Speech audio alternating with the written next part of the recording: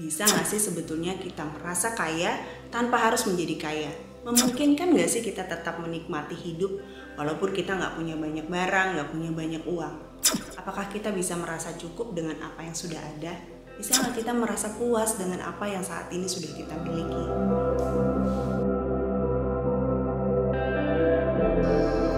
Punya banyak uang dan punya banyak barang tidak otomatis membuat seseorang merasa kaya.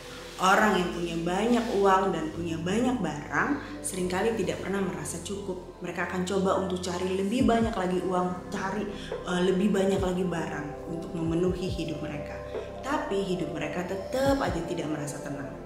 Hidup mereka disertai dengan rasa takut, dengan stres yang berlebihan. Mereka juga tidak percaya sama orang-orang di sekitar mereka. Mereka takut kehilangan apa yang sekarang sudah mereka punya. Mereka takut tidak dipandang layak sama orang-orang di sekitar mereka. Kemudian mereka juga stres karena tidak punya cukup waktu untuk bisa mengejar berbagai macam keinginan mereka. Orang-orang seperti ini mungkin sukses mengumpulkan berbagai macam harta berupa barang dan uang. Tapi semua itu mereka dapatkan bukan tanpa pengorbanan. Ada waktu-waktu panjang yang harus mereka habiskan di kantor mereka. Ada waktu-waktu penting yang harus hilang dari hidup mereka. Waktu-waktu bersama dengan keluarga pada saat anak-anak masih kecil, itu waktu-waktu yang gak bisa diulang lagi. Kemudian kesehatan pun mereka korbankan, baik secara fisik maupun secara mental. Jadi timbul pertanyaan nih, bisa gak sih sebetulnya kita merasa kaya tanpa harus menjadi kaya? Memungkinkan gak sih kita tetap menikmati hidup walaupun kita gak punya banyak barang, gak punya banyak uang?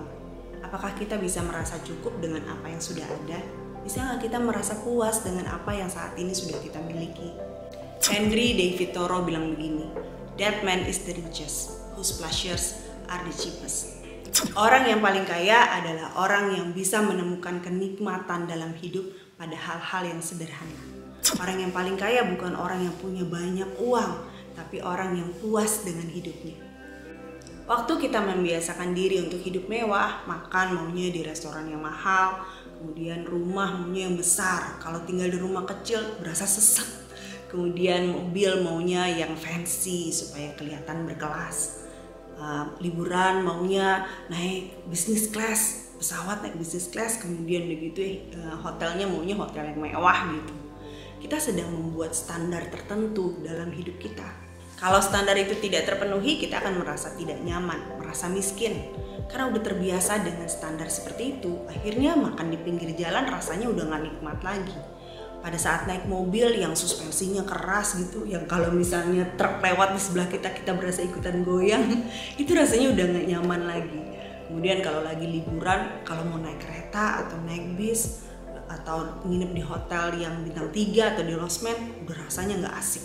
Bukan berarti gak boleh punya standar tertentu dalam hidup, boleh-boleh aja, tapi jangan juga kita sampai baru merasa nyaman pada saat kondisi tertentu itu terpenuhi. Kalau nggak terpenuhi kita merasa nggak nyaman, jangan sampai seperti itu juga. Mungkin kamu bisa nih makan di restoran yang mahal, tapi sekali-sekali bolehlah makan juga di restoran yang murah gitu, supaya kamu tahu juga restoran yang murah juga banyak yang enak kok gitu. Nikmati pada saat kita nungguin si abang penjual nasi goreng lagi bikin nasi goreng di pinggir jalan, terus kita duduk sambil menikmati nasi goreng kampung gitu kan, sekali-sekali boleh kan. Saya dan suami membiasakan keluarga kami seperti itu. Kadang-kadang kalau lagi jalan-jalan kami makan di restoran yang bagus, tapi lebih sering kami makan di restoran yang murah meriah, ciri khas dari tempat yang lagi kami kunjungi. Kalau kami lagi liburan, kadang-kadang kami nginep di hotel bintang 5, tapi kami juga sering banget nginep di hotel yang saking sempitnya bergerak aja susah. Saya suka bilang gini sama anak-anak saya, kita mau nginep di hotel ini ya, manage your expectation ya. Terus udah gitu, pada saat masuk ke dalam hotel itu, mereka lihat hotelnya, terus mereka bilang gini, "Mama katanya manage your expectation, kirain mah jelek banget mah, ternyata ini mah lumayan lah."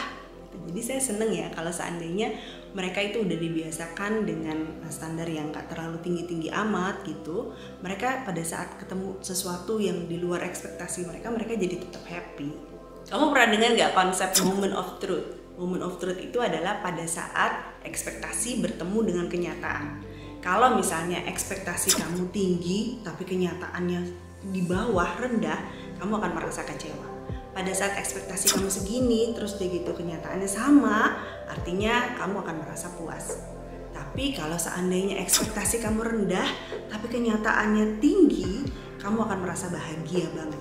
Jadi kalau kita membiasakan diri untuk punya ekspektasi yang rendah, kita akan lebih sedikit merasa kecewa.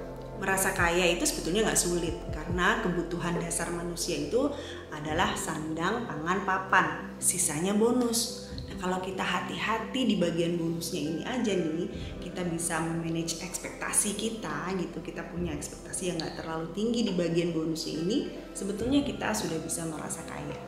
Banyak hal sebetulnya bisa kita nikmati dalam hidup ini tanpa harus jadi kaya dulu.